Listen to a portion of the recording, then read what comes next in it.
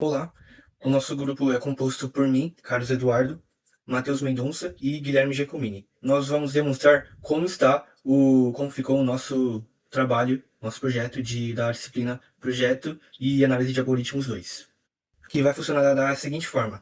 Primeiro nós vamos comentar sobre a leitura de arquivo, depois vamos comentar sobre a parte da leitura das variáveis da matriz e, por fim, vamos comentar sobre o backtracking e o caso de teste. Para você ler esse arquivo, ele utiliza os argumentos da entrada do console. Então, primeiro o código começa verificando se você colocou algum nome de algum arquivo na entrada do console. Assim que ele detecta a entrada do console, ele usa o fopen para abrir o arquivo em modo de leitura. Tem aí os tratamentos dos erros, caso os arquivos não sejam abertos de forma correta. Utilizando o fscanf, o programa ele vai ler o tamanho do edifício para poder fazer a leitura das colunas e das linhas. Então, o que a gente vai fazer aqui agora é armazenar as variáveis na matriz e também ler o número de colunas. Então, temos aqui um for que vai até o número de linhas que foi informado no arquivo. E o que vai acontecer aqui?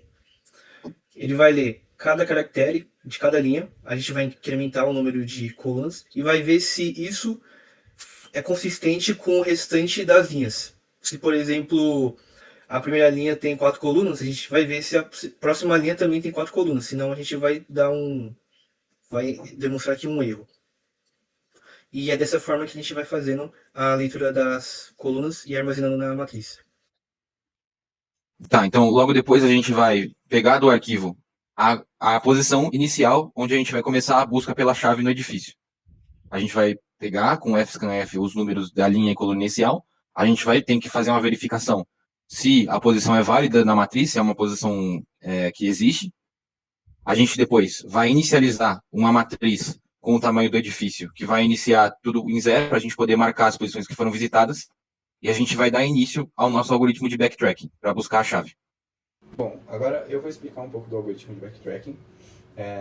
A gente tem o caso base que verifica se na nossa chamada a linha e coluna que a gente está validando está dentro do limite do número de linhas e número de colunas do edifício, né? Além de validar se essa posição já foi visitada. Esses são nossos dois casos bases. A validação de dentro do limite é bem simples, né? A gente passa a posição da linha e da coluna e os limites da matriz, que é NM, e a gente valida se a linha é maior que zero e se a linha é menor que n, né? E se coluna é maior que zero e se coluna é menor que m, para a gente saber que está dentro do limite da matriz. Caso não esteja dentro, a gente retorna zero, que é o caso de não sucesso, né? Para dar continuidade no backtracking. Caso a gente tenha outro caso base de ter encontrado a chave, né? Que nesse caso a gente retorna 1 como sucesso. E essa posição é marcada como visitada. A gente aqui tem um int que valida o achou, que é onde a gente armazena o resultado do backtracking que está retornando, né? E da nossa chamada que a gente vai fazer dentro da recursão. E para isso a gente primeiro verifica o caractere atual, né? Qual é a letra que a gente está validando no andar do corredor. Então, caso a gente tenha um corredor horizontal, a chamada da próxima recursão, a gente vai somar e decrementar das posições de coluna, porque aí a gente está andando na horizontal, né? E verifica se isso é ou, né? Porque aí, caso tenha um do retorno disso, a gente vai voltando para o backtracking. E se o caractere for um V, a gente incrementa 1 ou decrementa 1 na linha. Caso nenhum desses tenha funcionado, a gente preenche o visitado com 0, que aí a gente retorna o backtracking e desfaz a marcação, para que a gente possa testar outros caminhos, outras possibilidades, né? E depois do fim do nosso backtracking, a gente retorna o achou, que caso seja 1, a gente termina o backtracking com um caso de sucesso, e caso ele seja 0, a gente termina o backtracking com um caso de falha, né?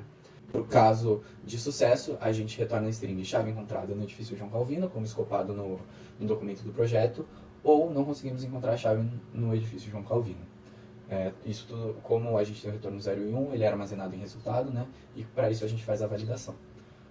Após a gente terminar e demonstrar os resultados, a gente faz uma F-close para terminar a leitura do arquivo e assim é finalizada a execução do nosso programa.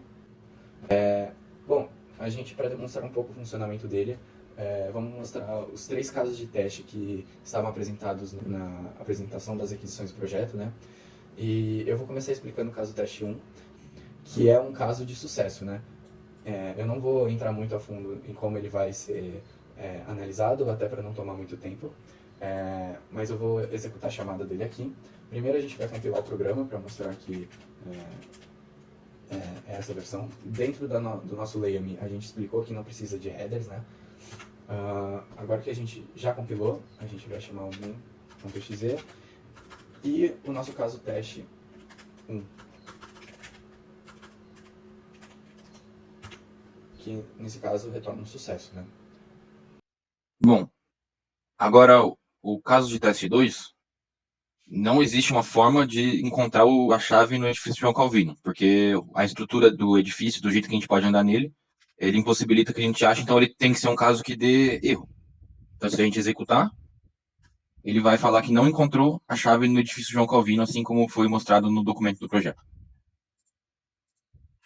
No caso de teste 3, a gente tem uma quantidade maior de linhas e colunas, mas mesmo assim, como no caso do teste 1, o que deve acontecer é que deve retornar que foi possível encontrar a chave. Então a gente vai fazer o teste aqui.